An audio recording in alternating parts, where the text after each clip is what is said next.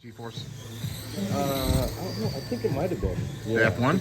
Yeah, I Yeah, drove it was it. I G-Force. drove it at after Worlds the next day, and yeah, just like a weird feeling. So not used to the long body or the long wheelbase.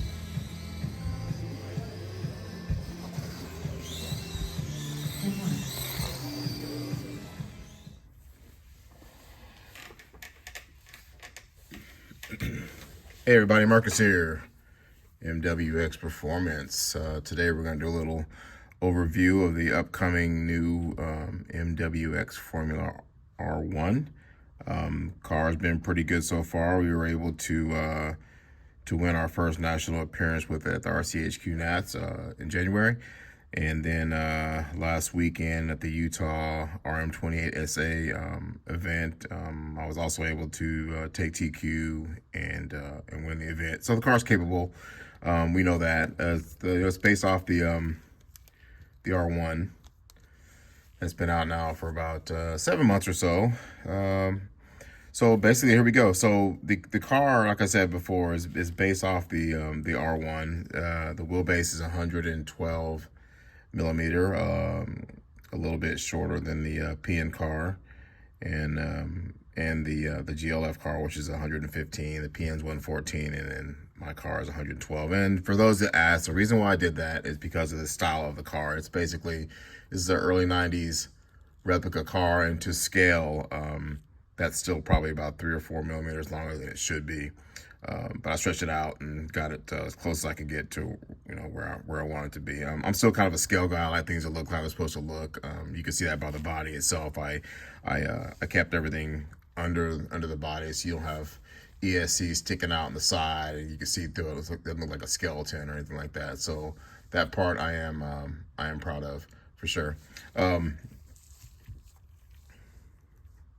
So, we're going to take the top of this off this thing and kind of run you through what's going on with it. This particular car was used in Utah. This is pretty much not anywhere near production, but the layout will be very similar. These parts will be aluminum. That'll be aluminum. A lot of different pieces. We have our own servo saver getting produced right now. I expect those in probably in a week or so for final testing. Same with the wing sets, and even the bodies are the latest update bodies are also on the way.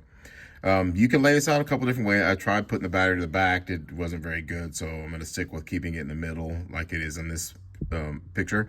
And you can put your receiver here. You can put your receiver back here inside the speed controller over. There's a few different ways you can do your electronics to get how you want it. This has been probably the best layout that I've come across so far.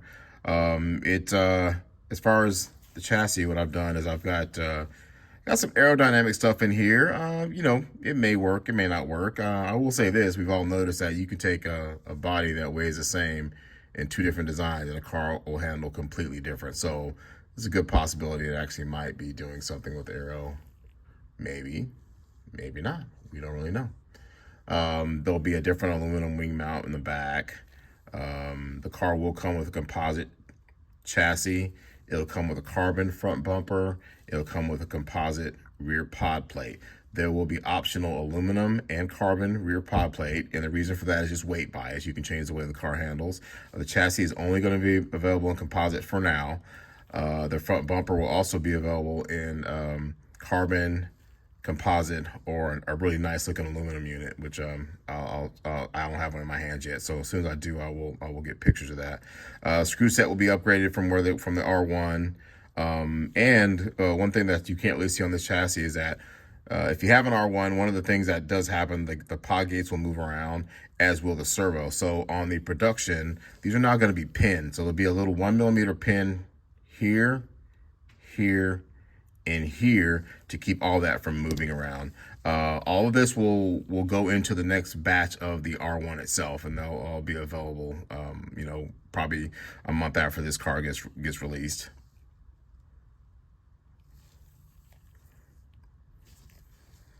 That is your basic layout.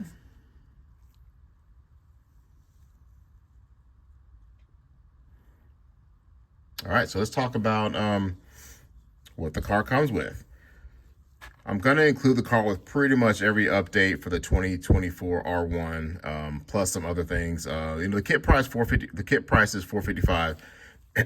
Some people say that's a lot. I've been doing this a while, and any other cars you buy, especially the F1s, you're going to spend that much or more. And currently, right now, this car is the quickest F1 on the market. So you can spend $400 on a GLF and still be a half a second or more slower than this car, and less hassle. This car is way less hassle than that car. So you can look at it a couple of different ways. If that's the way you want to look at it, that's fine.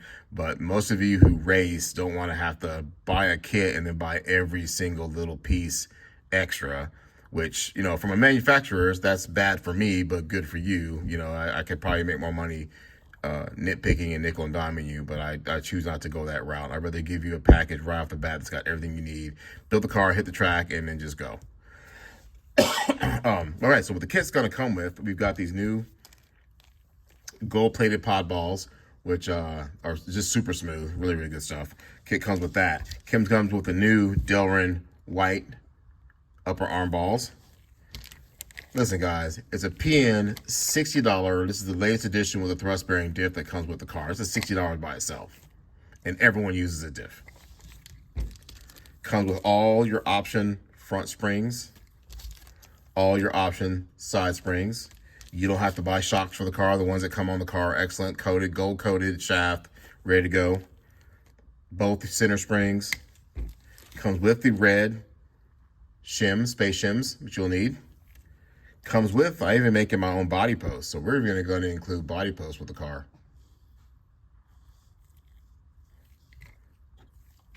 Wings, and they'll be white actually, not black. Here's your front wing. And the body. And this is not the production body. It's still, we got trim lines getting made, getting put onto the mold right now, and everything gets smoothed out. All right, guys, that's basically it.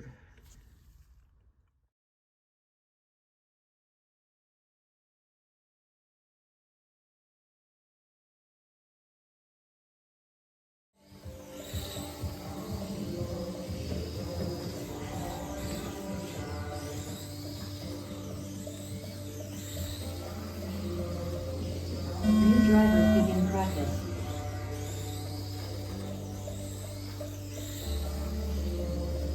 One 13.5.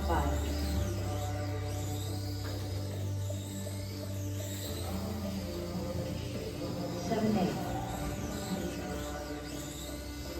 Oh.